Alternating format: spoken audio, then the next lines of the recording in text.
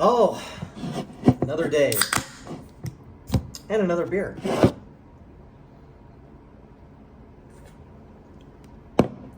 The Supreme Court did a shellacking on the potatoes administration. It's great. So most of the decisions went down 6-3. And one of them was for, I think it was affirmative action in UNC, Chapel Hill, I think, and then Harvard or Yale, whatever those stupid Ivy League schools. And as you can expect, the Lib Progs are big mad. Case in point, Ketanji, that diversity hire Supreme Court justice that we have, Jackson Brown Lee Johnson Jones, whatever her frickin' name is. So she wrote this opinion like, diversity. And then, Clarence Thomas came in and bitch slapped her, which is good. So another one of these came out that was kind of even bigger than that one, the student loan forgiveness program that the potato wanted to push out. I'm going to read that real quick here from Epoch Times. Let me see here. So, the Supreme Court voted 6-3 on June 30th, today, to strike down the President Joe Biden's controversial plan to partially forgive student loans. Again, you got to understand, if you qualify, okay, that's the most important part of this. If you qualify. And I guarantee you that if you have this skin color, you ain't qualifying for any amount of money that you may or may not have. That's just the way it is. If your skin color was dark or you are LGBTQ Batman symbol, you'd be in there like swimwear. But unfortunately, for us people out there with no melanin in our skin, or lack thereof, you're SOL. Anyways, let's see. So the potato unveiled the plan in August of 2022 in a move to critics decried as a constitutionally dubious attempt to help Democrats in November 2022, which, let's be honest, that kind of helped them. And the Lib Progs and the douchebag Democrats out there. So the Congressional Budget Office said the plan would cost about $400 billion, but the Wharton School estimates the price tag to blow past $1 trillion. Of course it's going to blow past $1 trillion. You see, when you give the Congressional Budget Office, can you hash this out? How much would this cost? Then they think, okay, well, what are your parameters? Oh, here's our parameters. Well, let's be honest. It'll start here, then go right up the wall, right out into outer space. Of course, it's going to blow past $1 trillion. And of course, only certain people that will reap the benefits of that. You know who won't reap the benefits of that? Everyone else that's got to pay for that shit. And yes, you will have to pay for it. So, of course, the Lib Progs and the potato are big mad about this. Even more mad about the affirmative action, which is kind of crazy. But let's read it on. So Biden denounced the ruling as wrong-headed. The fight is not over. You see, you cannot let the potato and progressives out there be slowed down by that pesky thing called the rule of law. Because the rule of law, you get the point.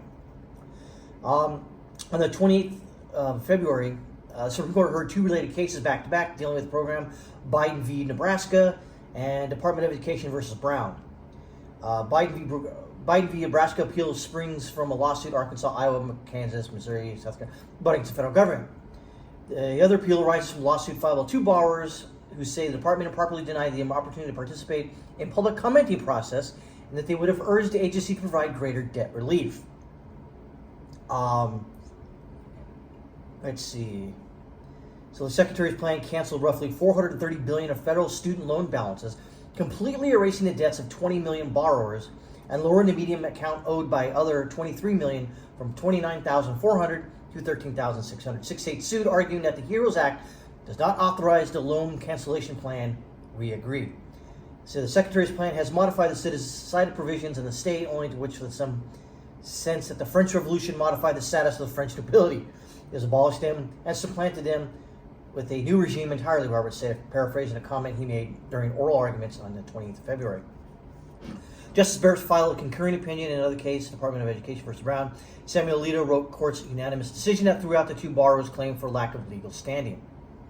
The borrowers who did not qualify for maximum relief had argued that the department failed to follow mandatory procedures known as negotiated rulemaking and notice and comment. Okay. Let me get to the meat and potatoes here. Okay. The Biden administration separately put a pause on student loan payments and interest during the recent pandemic and an estimated cost of $1 billion, then claimed last year the pandemic gave it emergency authority under law to proceed with the partial loan forgiveness. The pause expires in the fall, interest rates restart in September, and loan payments resume in October. So about 26 million people reportedly applied under the program before courts blocked it last year. Of that total, 16 million are said to have been approved before the government stopped accepting applications. About 26 million people reportedly applied the program under the courts blocked it last year.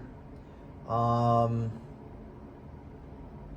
Biden vetoed a congressional measure earlier this month that sought to block the program, which premised on the twin emergencies that Trump administration declared on March 2020 to combat the coup narrative. Anyways, I think that gets to my point there. Lib Progs are pissed because they can't buy votes. Well, it didn't stop them in, what was it, September of 2020, right before an election, to do that. And of course they did. Holy crap.